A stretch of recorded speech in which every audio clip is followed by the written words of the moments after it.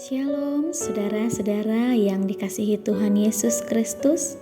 Puji Tuhan, pagi hari ini kita beroleh kemurahan Tuhan, menikmati hari yang baru pagi hari ini. Sebelum kita beraktivitas di sepanjang hari ini, mari kita bersama-sama membaca dan merenungkan firman Tuhan. Mari kita berdoa. Bapa, kami bersyukur untuk kesempatan hidup yang Tuhan berikan bagi kami pagi hari ini. Kami boleh bangun dari istirahat kami di sepanjang malam. Terima kasih Tuhan buat kekuatan yang baru yang Tuhan berikan. Sebelum kami menjalani hari ini dengan berbagai kegiatan dan aktivitas kami rindu untuk membaca, merenungkan firman Tuhan. Urapi dan berkati kami supaya kami boleh mengerti firman-Mu. Dalam nama Yesus Kristus kami berdoa. Amin. Saudara-saudara yang dikasihi Tuhan Yesus Kristus, pagi hari ini kita akan merenungkan satu bagian firman Tuhan dari Nehemia pasal 1 ayat 1 sampai 4. Kita akan membaca firman Tuhan ini dan merenungkannya dengan tema menanggapi masalah dengan doa. Demikian firman Tuhan. Riwayat Nehemia bin Hakhalia pada bulan Kislew tahun ke-20, ketika aku ada di Puri Susan, datanglah Hanani, salah seorang dari saudara-saudaraku, dengan beberapa orang dari Yehuda. Aku menanyakan mereka tentang orang-orang Yahudi yang terluput, yang terhindar dari penawanan, dan tentang Yerusalem. Kata mereka kepadaku, orang-orang yang masih tinggal di daerah sana, yang terhindar dari penawanan, ada dalam kesukaran besar dan dalam keadaan tercela. Tembok Yerusalem telah terbongkar dan pintu-pintu gerbangnya telah terbakar. Ketika ku dengar berita ini, duduklah aku menangis dan berkabung selama beberapa hari. Aku berpuasa dan berdoa ke hadirat Allah semesta langit. Sedemikian pembacaan firman Tuhan. Saudara, pada kenyataannya tidak ada seorang pun manusia yang kebal terhadap badai dan masalah dalam perjalanan kehidupan. Karena kehidupan yang kita lalui tidak hanya melalui hal yang menyenangkan saja. Ada saat tertentu di mana Tuhan mengizinkan untuk menghadapi perkara yang tidak menyenangkan.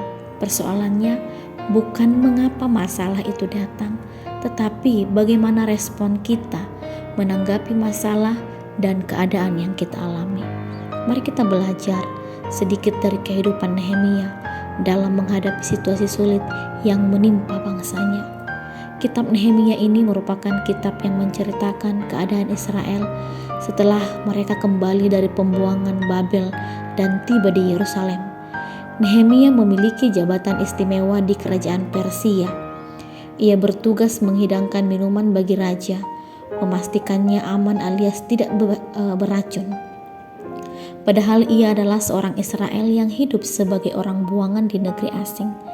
Ketika beberapa orang dari Yehuda mengunjunginya, Nehemia beroleh informasi tentang kondisi saudara sebangsanya. Mereka dalam kesukaran besar dan hidup terancam karena tembok kota yang berfungsi sebagai pelindung telah hancur. Mereka dicela bangsa-bangsa yang tidak mengenal Tuhan. Berita itu sungguh membuat Nehemia terpukul. Berhari-hari ia merenung, menangis, berkabung, berpuasa, dan bersyafaat bagi bangsanya. Nehemia berkabung untuk bangsanya yang mengalami kesukaran besar dan dalam keadaan tercela.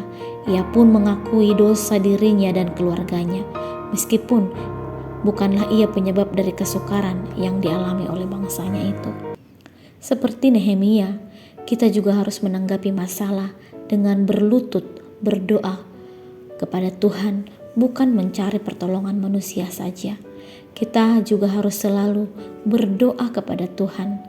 Kita berdoa bukan hanya ketika kita ada dalam masalah dan kesulitan, pada saat sakit atau pada saat mau makan, tetapi setiap saat kita harus berdoa. Kita berdoa bukan hanya untuk keperluan diri kita saja, tetapi untuk mendoakan orang lain juga. Berdoa berarti kita berkomunikasi dengan Allah. Kita membuka hati dan diri kita bagi Allah supaya Ia mau tinggal dalam diri kita untuk menolong kita. Allah memang hadir di segala tempat dan waktu, dan tangannya tidak kurang panjang untuk menolong anak-anaknya. Tetapi Allah mau melihat anak-anaknya yang setia dan punya sikap rendah hati, mau meminta dengan tulus kepada Allah. Mari tetaplah kita setia untuk menjadi pendoa-pendoa syafaat, bukan hanya mendoakan diri kita dan keluarga kita, tetapi juga setia bersyafaat, mendoakan orang di sekitar kita, bangsa kita, gereja kita, dan orang-orang di sekeliling kita.